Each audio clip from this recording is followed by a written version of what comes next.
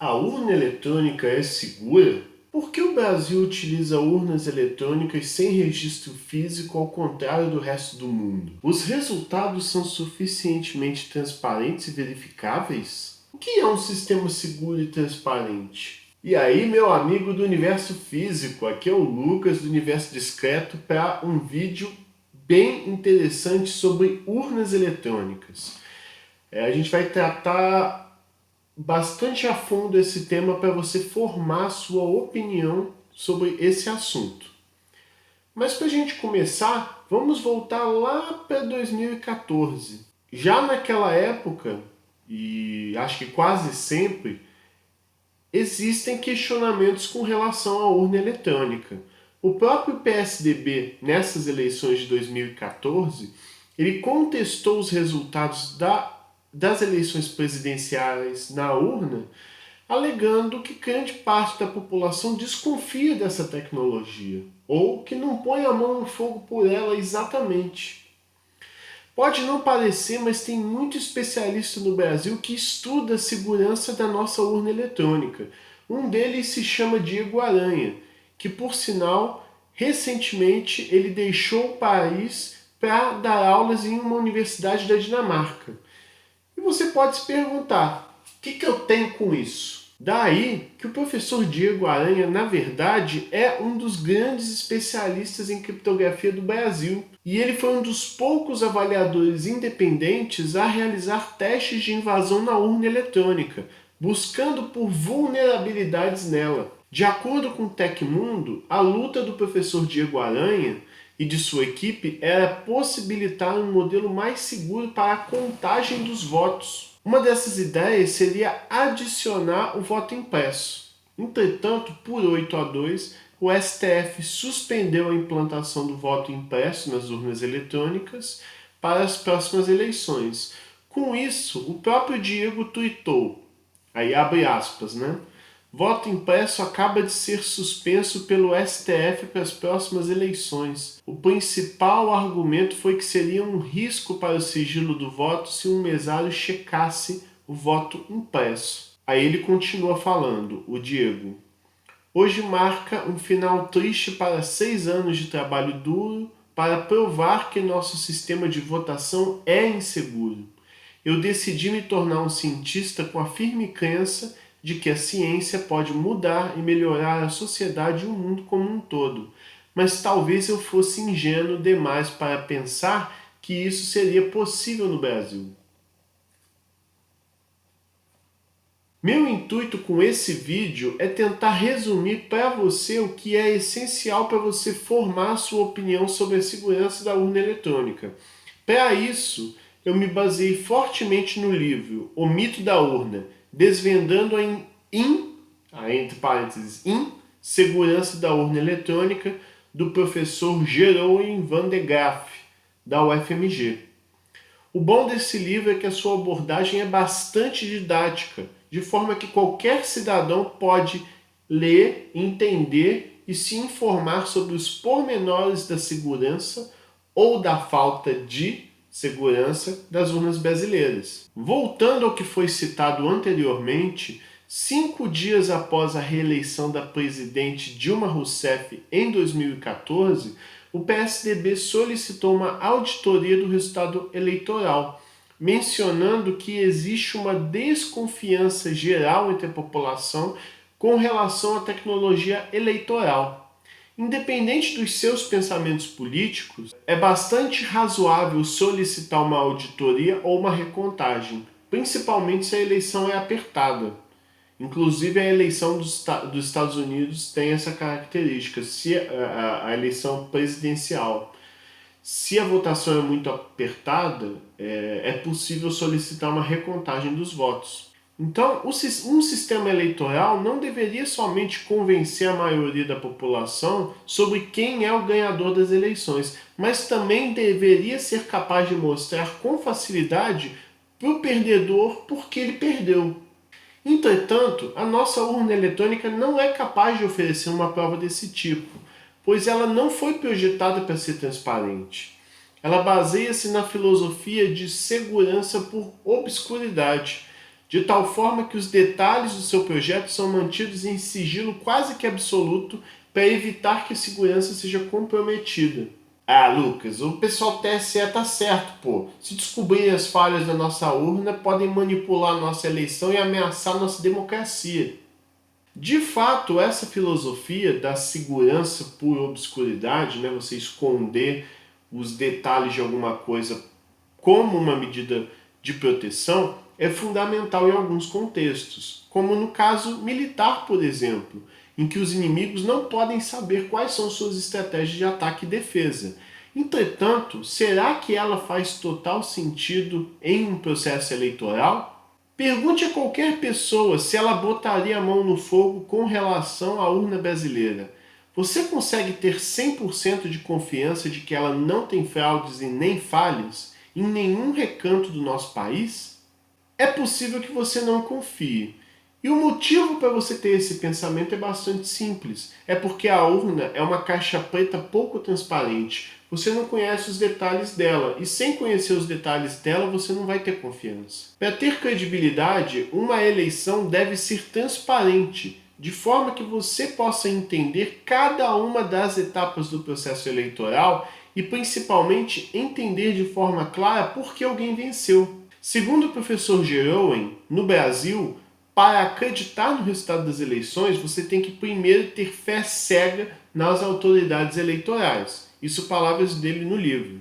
É bastante complicado você ter equipes independentes avaliando a corretude do resultado da eleição pelo simples fato de que não é possível recontar os votos no Brasil. Peraí, é sério que não pode recontar os votos? É bastante sério. E esta é a forma como o sistema foi construído. Ele é uma caixa preta cujo funcionamento interno é restrito a um grupo de técnicos concursados do Tribunal Superior Eleitoral. Essa falta de transparência é alvo de severas críticas de muitas pessoas na academia do Brasil e do exterior desde que a urna brasileira foi projetada. É também a razão pela qual existe esse mito, criado e cultivado pelo TSE, de que a urna é a inveja do mundo e que poderia ser um produto de exportação. De acordo com o professor Jeroen, isto simplesmente não é verdade. Locais como a Alemanha, Holanda, Califórnia e até a Índia baniram o uso de tecnologias equivalentes à nossa urna devido à sua falta de transparência.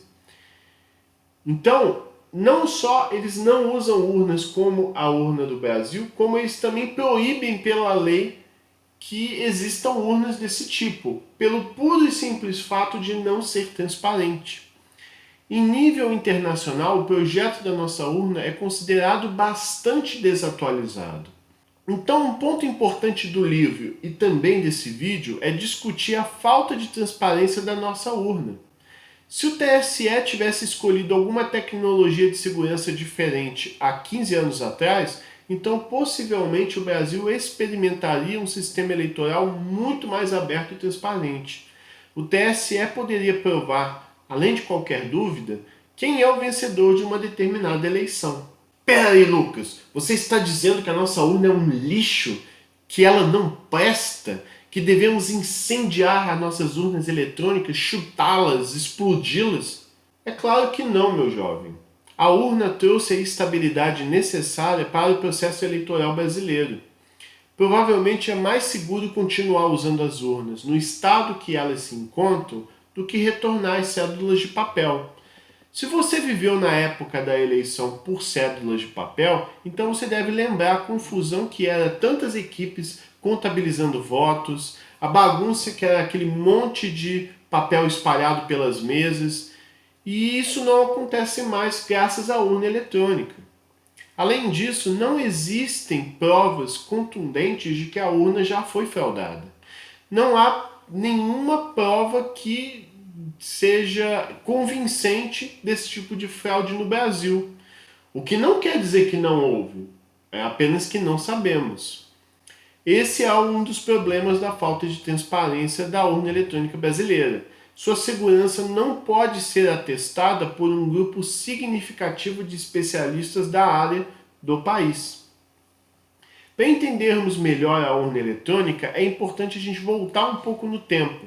Como eram as votações antes da urna eletrônica, o surgimento da urna, o envolvimento do professor Jerônimo e do professor Diego Aranha e tudo mais. Então vamos começar. Antes da urna, o voto era feito usando cédulas em papel.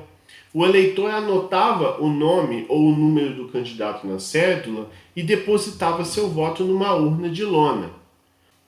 Pô, peraí, qual que é o número do Tiririca mesmo, hein? Não tô lembrando. Ah, vou escrever aqui.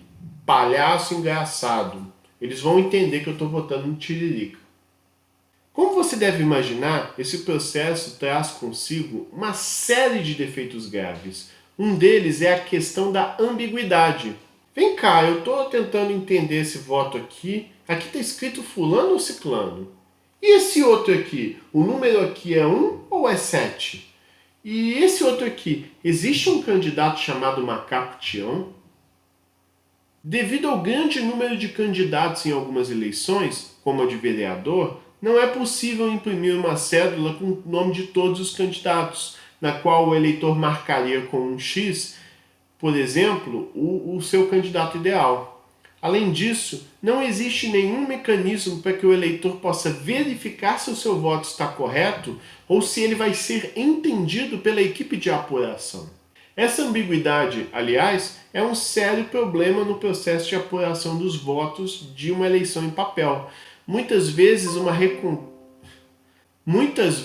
uma recontagem dava um resultado diferente, aí você fazia outra recontagem e dava outro valor, aí você faz uma terceira recontagem e dá um terceiro valor. E isso ocorria na madrugada ou no dia seguinte à eleição, com todos os participantes exaustos por passarem por todo esse sofrimento de contabilização dos votos sem poder até dormir. É um procedimento que, se você for pensar, não faz nem um pouco de sentido.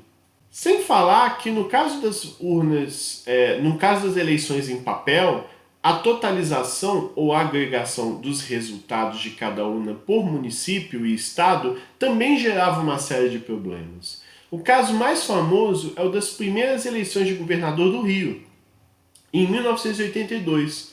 O TRE, Tribunal Regional Eleitoral, terceirizou essa agregação a uma empresa chamada Proconsult, que na época sofria bastante influência dos militares. Manipulando os votos brancos e nulos, eles tentaram impedir que Leonel Brizola vencesse, já que preferiam a vitória do candidato Moreira Franco. A fraude foi descoberta devido aos esforços do Jornal do Brasil, que montou um sistema de apuração paralelo à contagem dos votos, mostrando resultados bem diferentes. Após 12 dias de confusão, a fraude foi reconhecida e o TRE declarou Brizola vencedor. Assim sendo, a urna eletrônica ajuda a combater todos esses problemas que eu falei, o que sem dúvida é uma grande conquista, dada a grande estabilidade que a urna eletrônica trouxe ao processo eleitoral. Então, resumidamente, a urna eletrônica trouxe as seguintes vantagens. O eleitor tem um retorno ao ver a foto do candidato escolhido, então ele sabe que está escolhendo, sabe que está tudo correto no voto dele. A urna elimina a ambiguidade do voto, a urna acelera o processo de apuração e, usando redes e grandes servidores, é possível totalizar os resultados e determinar o vencedor quase que na mesma noite. No início, a urna foi usada somente em cidades com 200 mil habitantes, isso em 96. Só em 2000 ela começou a ser usada no país todo. E o seu projeto foi evoluindo com o tempo, com urnas de primeira geração, segunda geração, terceira geração e por aí vai. Pô, Lucas, você está defendendo a urna agora? Agora você é pró-governo? Ou o TSE e o George Soros estão te financiando para você falar essas coisas? Meu propósito aqui não é defender ninguém, nem passar pano. Meu propósito aqui é discutir fatos. A partir dessas premissas, você que está me assistindo pode formular sua própria opinião sobre este tema. Continuando, a implementação da urna não é simples, pois além de desafios técnicos, ela depende de uma série de necessidades logísticas. Pense que entregar uma urna no município remoto, mantê-la funcionando durante o dia da eleição e enviar os resultados para o TSE o quanto antes não é trivial. E isso tem que ocorrer em todo o país, em todos os municípios e em todos os recantos do nosso Brasil. Considerando isso, a urna é, sem dúvida alguma, um grande sucesso na informatização do voto. Dito isso, o professor Jeroen, autor desse livro que eu estou usando como base para o roteiro desse vídeo, ele relata que começou a ter interesse em pesquisar a urna eletrônica logo que ele chegou no Brasil. O professor Jeroen é holandês e ele chegou no Brasil em 98. Ele publicou um artigo no Simpósio de Segurança da Informação de 2001 sobre o assunto e em 2002 ele participou, junto com o professor Ricardo Custódio da UFSC, para serem testemunhas e observadores imparciais do processo eleitoral brasileiro. Ao final do processo, os trabalhos de ambos os professores resultou em um relatório publicado em maio de 2003. Esse relatório, que eu vou colocar na descrição do vídeo, contém várias críticas e sugestões e, segundo o professor Jeroen, esse documento não agradou o pessoal do TSE, tanto que não houve um convite para esclarecer maiores detalhes sobre o relatório e o TSE engavetou o mesmo. Seguindo essa linha do tempo, a gente cai em uma questão bastante interessante, mas vamos lá. Durante muitos anos, poucas notícias foram veiculadas sobre a urna ou a segurança. Isso até 2012, quando o professor Diego Aranha, então na UNB e posteriormente na Unicamp, ele participou de um dos primeiros testes públicos de segurança do sistema eletrônico de votação. Durante os testes, o professor Diego Aranha descobriu uma série de problemas que poderia até possibilitar fraudes no sistema eleitoral. Vou explicar que problemas são esses, pois permite uma boa amostragem sobre os problemas que a falta de transparência causa aos sistemas eleitorais eletrônicos. Antes de tudo, é importante você entender que a urna eletrônica gera um registro digital do voto, ou RDV, que consiste em um arquivo de computador que seria equivalente ao total de votos impressos de uma urna numa eleição com papel. Ou, em outras palavras, basicamente a RDV é uma tabela que contabiliza todos os votos que estão registrados na urna. Vou colocar na tela um exemplo para vocês entenderem como funciona. Imagine uma eleição que tem 3 representantes: prefeito, governador e senador. Assim, a RDV vai ser uma tabela contendo 3 colunas, uma para cada representante: prefeito, governador e senador. E cada linha contabiliza votos para esses representantes. Entretanto, os votos, como você deve imaginar, eles não podem ser colocados em ordem. Por exemplo, a primeira linha, primeiro voto, segunda linha, segundo voto, e assim sucessivamente. Você não pode fazer isso, pois se você fizer isso, talvez seja fácil os mesários ou outras pessoas associarem aquele voto a quem votou, quebrando o sigilo do voto. Para impedir que isso ocorra, os votos são inseridos e embaralhados nessa tabela aí da RDV. Esse embaralhamento dos votos é um dos principais elementos a resguardar o sigilo do voto, pois em teoria você deixa de associar a ordem dos votantes com a ordem dos votos. Ao final, a RDV é disponibilizada publicamente ao término da votação. Uma vez dito isso, eu vou listar algumas críticas do professor Diego Aranha com relação a esses componentes aí que eu citei. No caso eu citei um, que é o RDV, mas existe também o boletim da urna, que talvez você já tenha ouvido falar. O boletim da urna é um documento que é publicado ao término da eleição com os votos daquela sessão eleitoral, para que os eleitores possam consultar a partir das 17 horas e 5 da tarde, e que também é usado para totalizar todos os votos por todo o país e assim sabermos quem é o vencedor das eleições. Se o RDV e o boletim da urna contêm dados iguais, isso significa que não houve fraudes, ou pelo menos ajuda a gente a verificar que não houve fraudes, já que você pode comparar os documentos. Se a RDV tem um número de votos diferente do boletim da urna, né, a RDV é por urna, se você pegar todas as RDVs daquela sessão e comparar com o boletim da urna, o número de votos tem que ser igual. O candidato A tem que receber o mesmo número de votos, o candidato B tem que receber o mesmo número de votos. Se tiver diferente, certamente tem alguma coisa errada. Entretanto, como esses dois documentos saem do mesmo software, o software da urna eletrônica, se um atacante consegue manipular o software da urna eletrônica, ele também consegue manipular esses dois documentos, já que esses dois documentos saem da mesma urna. Trocando em miúdos, essa redundância acaba não trazendo tanta vantagem assim na prática. Vamos agora discutir outro ponto que de fato foi um erro bastante grave encontrado pelo professor Diego Aranha. Para você embaralhar os votos na RDV, você precisa sortear um número aleatório que decide em que posição aquele voto vai ser inserido na tabela, em qual linha. Para você entender, vamos imaginar um exemplo. Vamos supor que eu votei no número 99 para prefeito, 01 para governador e nulo para senador. Esses votos vão ser registrados em posições sorteadas da RDV, que nem você deve estar vendo aí no vídeo agora.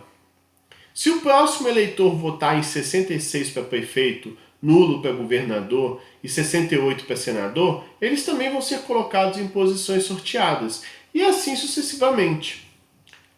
Agora, se você tem conhecimento técnico de programação, você deve saber o quão complicado é fazer o computador sortear um número aleatório.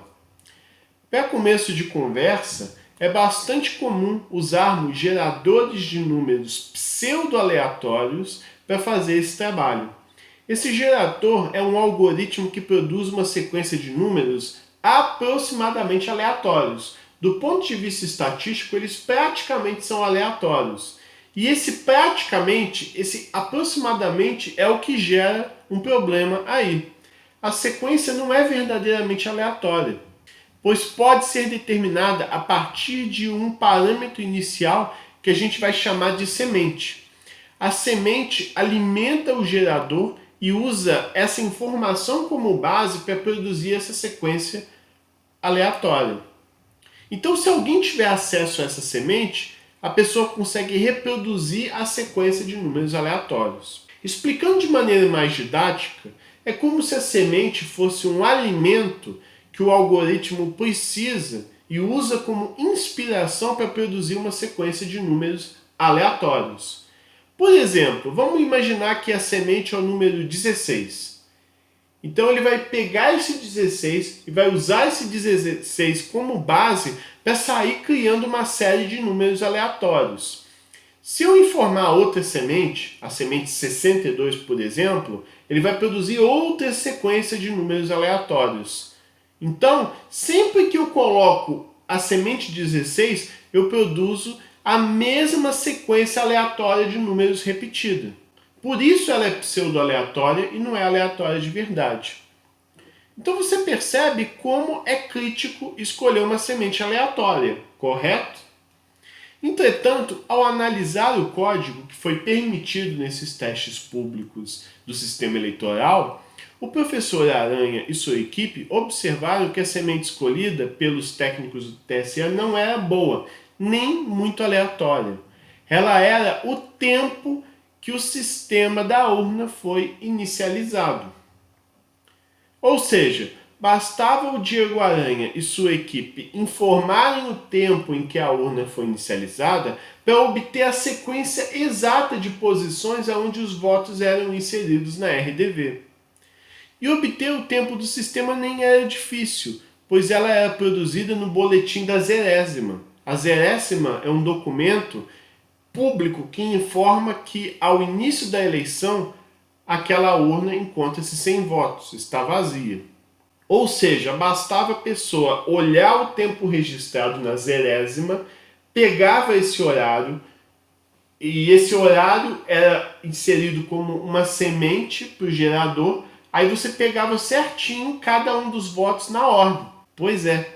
Fazendo uma analogia, é como se a urna precisasse de uma senha para definir a ordem dos votos e a equipe do professor Aranha tivesse chutado a senha 1, 2, 3, 4, 5, 6, e isso funcionasse de primeira para ele descobrir a ordem exata dos votos. De fato, o Diego Aranha informa em uma palestra que eu vou colocar na descrição do vídeo e em card, que a semente foi descoberta na primeira tentativa, ao chutar o horário apresentado na 100ª. O próprio Diego fala: o que custa eu tentar esse horário como semente? E ele tentou e realmente deu certo. Então, note que você nem precisa ter acesso à urna. Basta você olhar o tempo do relógio impresso na 0ª, que é a pública, e ter acesso ao RDV, que também é disponibilizado publicamente aos partidos no término da eleição, para descobrir as informações e a ordem que os votos foram inseridos na urna. Como o próprio TSE alega que esse embaralhamento dos votos é o que decide o sigilo do voto, o professor Aranha conseguiu justamente quebrar o que garante o sigilo do voto. E é bastante chocante isso, pois esse é um erro de principiante. Normalmente é assim que eu ensino aos meus estudantes de programação de primeiro período de ciência da computação a como gerar uma sequência de números randômicos do sistema. Para aprender a gerar números aleatórios, usar o tempo do sistema como semente é até válido. Mas para manter o sigilo do voto de uma urna eletrônica usado em todo o país e que é decisiva para a escolha de um presidente da República, a gente espera mais, a gente espera uma estratégia mais inteligente na hora de escolher a semente ou até dos algoritmos que você usa para geração de números aleatórios, criptografia e tudo mais. Ai, Lucas, e daí que se sabe a ordem dos votos inseridos na urna se a gente não sabe quem são os eleitores que votaram? De fato, você tem razão. Por esse ataque, você não consegue saber qual eleitor que votou. O que você sabe é qual voto foi inserido na ordem na urna. Mas não é difícil imaginar um mesário anotando o nome dos eleitores que votaram na ordem, já que ele vai ter acesso a essa informação. Basta ele ir anotando quem são os eleitores ali, e por meio dessa falha que eu mencionei, pegar os votos na ordem, e aí você consegue associar o eleitor ao voto que ele fez. Com isso, você conseguiria produzir uma espécie de voto de cabresto digital. Ainda mais considerando que essas informações todas, esses boletins, RDV e tudo mais, eles são disponibilizados ao término da eleição, então é fácil fazer essa associação. Imagine uma região muito específica do Brasil. Você poderia colocar um conjunto de eleitores comprados no início da eleição e recuperar direitinho quem votou em quem na sequência, produzindo o que eu falei, que é o voto de cabresto digital. Posteriormente, o professor Diego Aranha relata que também é possível saber quem votou em um determinado horário, usando uma estratégia bastante parecida. Dessa forma, você poderia colocar um grupo de eleitores comprados num horário bem específico, tipo no início da eleição, às 3h30 da tarde, e ver se eles votaram no candidato específico que comprou aqueles eleitores. Como o TSE poderia resolver esse problema? Provavelmente o TSE já resolveu esse problema, pois isso foi informado publicamente em 2012. A gente não sabe como eles consertaram isso, pois como eu estou explicando para vocês, o projeto da urna brasileira não é transparente. Mas vamos supor que o TSE não resolveu esse problema. Como ele poderia resolver? Uma forma é inserir um hardware especial gerador de números randômicos, ou seja, fazer esse processo via hardware. Algo que a urna eletrônica já possui por padrão. Pelo que eu pesquisei, a urna eletrônica já traz esse dispositivo que gera números randômicos. Por que ele não é usado, ou não era usado na época, eu não tenho ideia. E o professor Diego Aranha também relata isso em sua palestra. O mais curioso disso tudo é que o TSE ficou agradecido pelas sugestões do professor Aranha, tecendo uma série de elogios ao mesmo e à sua equipe. Entretanto, ao disponibilizar um relatório, a comissão avaliadora do TSE emitiu um relatório com relação às descobertas do professor Aranha, e numa escala de 0 a 400, tipo uma nota. Imagina, é como se fosse uma avaliação que de 0 a 400, a nota que o professor Aranha e sua equipe obtiveram foi de 0,0313. É como se de 0 a 400, essa brecha de segurança que o professor Diego descobriu valesse apenas um 0,03. Fazendo uma analogia, é como se você tivesse feito uma prova, o professor olhasse a sua prova e falasse: nossa, que prova boa, parabéns, você é um excelente aluno. E logo depois, quando saísse o resultado da prova, você tirasse 0 e fosse reprovado. Provavelmente você ia recorrer ao professor, né? E justamente esse relatório do TSE que deu essa nota ao professor Diego Aranha, ele é irrecorrível, ou seja, você não pode questionar. O TSE alegou que esse erro só poderia se aproveitar desse erro se a pessoa tivesse acesso à urna e ao código-fonte, considerando inclusive que a urna é lacrada. Entretanto, como a gente discutiu, por meio desses arquivos públicos, você poderia, de qualquer forma, descobrir a ordem dos votos. Então, essa falha é um pouco mais complexa do que o que aparenta pela nota que o TSE deu. E você achou que esse era o único erro descoberto por Aranha e sua equipe? É claro que não, amiguinho. E isso não é nenhum demérito ao TSE, já que softwares são criados por seres humanos e eles sempre são passíveis de erro. Por isso é importante você ter bastante auditoria ou até mesmo disponibilizar o código-fonte publicamente, como open source, para que outros seres humanos possam analisar esse código e reportar falhas possíveis. Então é importante esse processo. É por isso que a gente está discutindo tanto que a questão da transparência no caso da eleição é complicado. Se você considerar que o projeto da urna é financiado pelo dinheiro público, pelos seus impostos, é justo que você possa ter acesso ao que é produzido por eles. Bom, outra prática não recomendada e descoberta pelo professor Aranha e sua equipe é que as mídias conectadas à urna, ou seja, os pendrives laranjas que são colocados na urna, são cifradas com a mesma chave criptográfica no Brasil inteiro. Fazendo uma analogia, é como se o TSE estivesse usando a mesma senha para a conta do Facebook, Twitter, Instagram, Google, Tinder, por aí vai. Basta essa chave criptográfica vazar uma única vez para todas as urnas estarem acessíveis, ou pelo menos aqueles arquivos do pendrive ficarem acessíveis a um atacante. Mas Lucas, essa chave criptográfica não é super segura? Com certeza ela é. Deve ser uma chave criptográfica de difícil acesso, que vai ser muito difícil de você descobrir ela. Só que se algum membro interno do TSE, por qualquer razão, por falha humana ou até com algum objetivo em mente, vazar essa chave, ele tende a ameaçar o processo eleitoral no Brasil inteiro. Novamente, é como você ter uma senha muito complicada, mas você usar a mesma senha em todos os serviços que você usa na internet. Basta essa senha vazar uma única vez para possibilitar o acesso a tudo que você faz na web. Outro problema é que a chave criptográfica que eu mencionei, essa que é única para todo o sistema, é declarado no código-fonte como uma variável global constante. Se você entende de programação, você deve ter noção que variáveis globais são complicadas.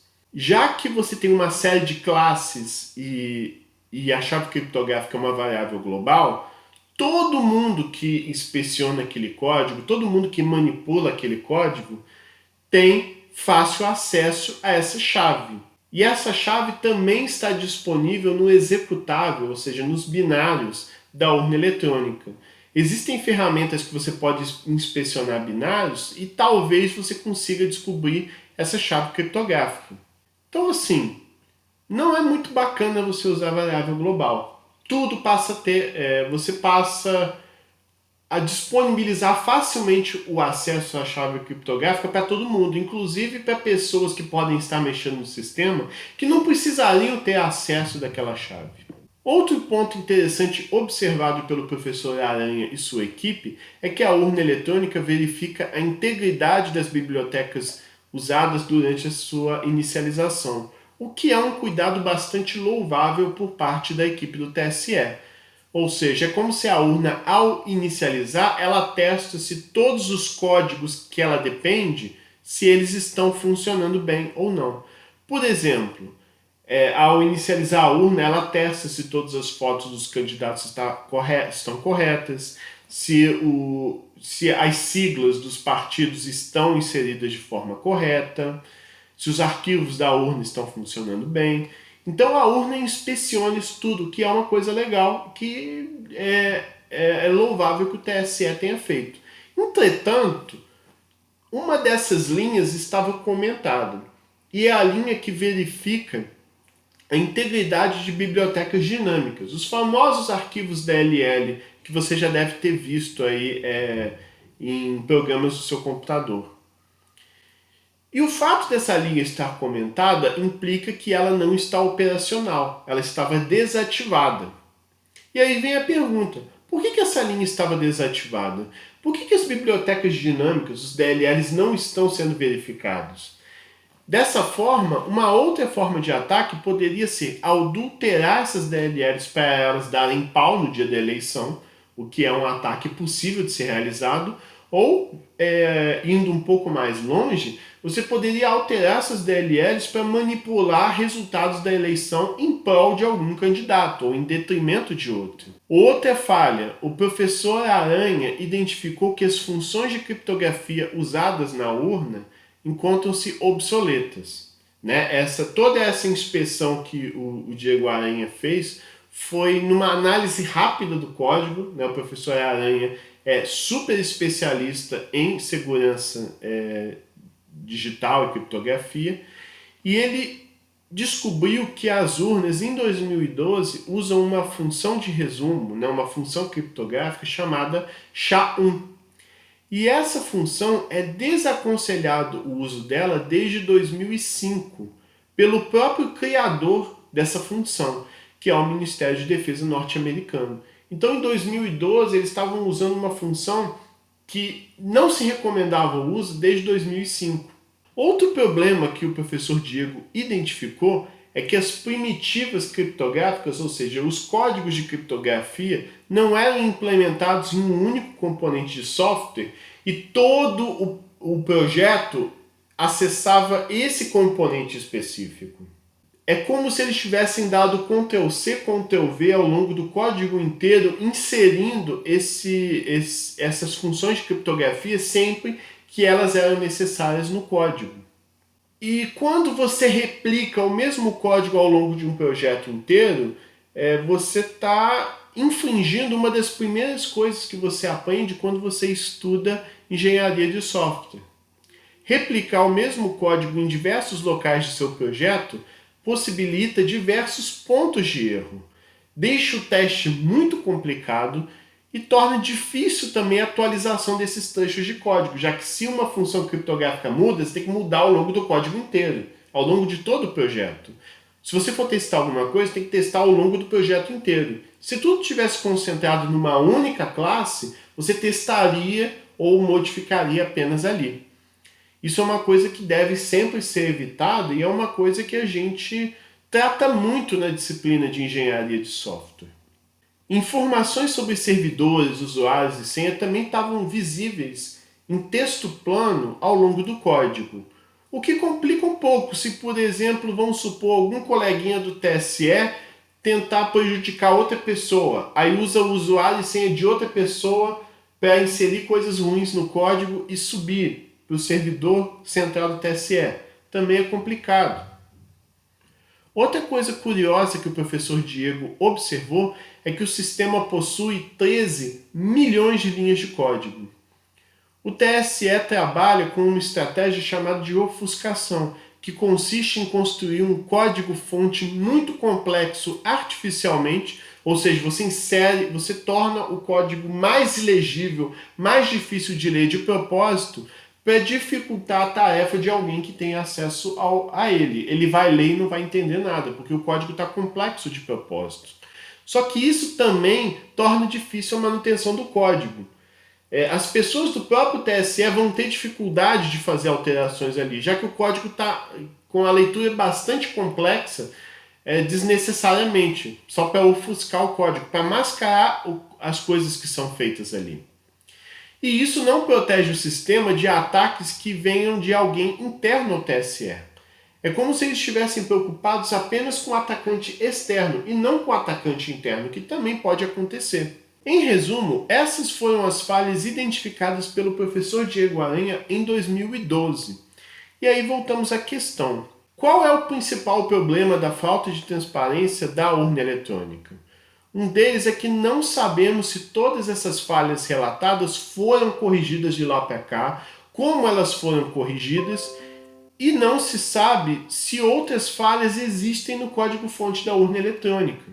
Assim sendo, é difícil determinar o grau de segurança da urna e até mesmo se as auditorias existem e se elas estão solucionando os problemas desses sistemas. Então, fazendo um resumo das falhas principais, considerando o que é abordado no livro do professor Jerônimo e o que foi descoberto pelo professor Diego Aranha. O primeiro ponto: o projeto da urna não elimina a possibilidade de que o voto do eleitor seja vinculado à identidade do eleitor. Nenhum sistema eleitoral no mundo contém essa propriedade. Então, existe o risco de você conseguir associar o eleitor ao voto, o que é um problema. Ponto 2. Mesmo desconsiderando o item anterior, a urna sem voto impresso tem a propriedade de não produzir uma comprovação física do voto. Ou seja, recontagem de votos é impossível na nossa urna. Esse tipo de tecnologia é bastante criticada por pesquisadores internacionais há mais de 10 anos. O livro do professor Jerônimo que relata isso é de 2017. E por esse motivo esses sistemas são proibidos na Holanda, Estados Unidos e Alemanha. Terceiro ponto. O argumento proferido por ministros do TSE de que a impressão do voto seria um retrocesso não é sustentado pela pesquisa científica. Ao contrário, a comunidade científica, em nível nacional e internacional, argumenta que para um sistema eleitoral ser auditável é necessária uma comprovação física do voto. Ao votar, ele imprimiu seu voto e isso ser colocado numa urna separada, pois permite uma recontagem. Quarto ponto, a ideia de que a urna seria orgulho nacional e um exemplo a seguir pelo mundo inteiro é mito, cultivado para consumo doméstico. Em termos de tecnologia eleitoral, o Brasil está na contramão internacional, não porque a urna é superior, mas por ela ser inferior. Quinto ponto, dado a falha que apontamos, não faria sentido, segundo o professor Jerônimo, acrescentar uma impressora à urna e investir 2 bilhões nisso, pois de acordo com o TSE você gastaria 2 bilhões de reais para introduzir o voto impresso em todas as urnas do país. Segundo o professor Jerônimo, a urna deveria ser projetada novamente do ponto zero. Não há motivo para se abandonar a urna atual enquanto o novo projeto é elaborado, processo que levaria possivelmente vários anos. Em essência, todas essas conclusões que eu estou dizendo aqui já foram relatadas pelos dois professores no relatório de 2002, 15 anos atrás. O livro foi escrito em 2017. E, finalmente, o último ponto é que o TSE se tornou vítima e refém do mito que ele mesmo criou. Criticar a urna brasileira se tornou uma heresia. Uma discussão racional é impossível. Para concluir, vamos falar do hoje. De acordo com o site Baguette, o professor Diego Aranha está saindo do país e começa no mês que vem, do lançamento desse vídeo aqui, o professor Diego vai dar aulas na Universidade Aarhus, a maior universidade da Dinamarca, e uma presença frequente na lista das 100 melhores universidades do mundo. Aí abro aspas para o professor Diego Aranha. A decisão veio de uma desilusão generalizada com o estado completamente disfuncional do país. A insegurança da urna eletrônica é apenas mais um exemplo infeliz. O professor Aranha coordenou uma equipe de profissionais num teste de segurança promovido pelo TSE em 2017. Aí abro aspas novamente ao professor Aranha. Conseguimos, por exemplo, alterar mensagens de texto exibidas ao eleitor na urna para fazer propaganda a um certo candidato. Também fizemos progresso na direção de desviar votos de um candidato para outro, disse Aranha recentemente em uma audiência pública realizada pela Comissão de Constituição, Justiça e Cidadania do Senado. As ações foram possíveis porque a equipe descobriu a chave de acesso ao sistema de arquivo do equipamento, o que permitiu ter acesso ao log e ao registro digital de votação. Ou seja, o professor Diego conseguiu participar de um outro teste e descobriu muito mais falhas ainda na urna. Segundo a Aranha, a equipe dele trabalhou em condições piores do que trabalham verdadeiros fraudadores, devido às restrições técnicas e de tempo impostas pelo tribunal, mas ainda assim conseguiu explorar pontos vulneráveis para adulterar o software de votação e entrar no ambiente da urna eletrônica. O TSE afirmou na época que as falhas estavam sendo corrigidas e não haveria riscos quanto à votação de 2018. E os problemas identificados não teriam ocorrido em eleições passadas porque foram identificadas em atualizações de sistema, segundo o tribunal. Essa parte eu confesso que eu não entendi, pois como assim o pessoal atualizou o sistema na eleição passada, então não tinha problema, o problema surgiu depois, e aí o professor Aranha descobriu, e aí seria corrigido de novo. Se foi atualizado antes, por que esse problema apareceu em 2017? Eu confesso que eu não entendi essa parte. Ainda nesse mês, o Supremo Tribunal Federal decidiu suspender a adoção parcial do voto impresso nas eleições de 2018, uma medida como essa sendo um mecanismo para coibir fraudes. A impressão do voto seria implantado em 5% das urnas a um custo de 57 milhões de reais. A Procuradoria-Geral da República contestou a medida, afirmando que se tratava de um retrocesso para o processo eleitoral, ao ampliar a possibilidade de fraudes e ameaça o sigilo dos votos. As autoridades também alegam que seria desnecessário você gastar dinheiro com o voto impresso. Mas como a gente está discutindo aqui nesse vídeo, o único jeito de você fazer uma recontagem de votos de forma garantida e precisa é por meio do voto impresso.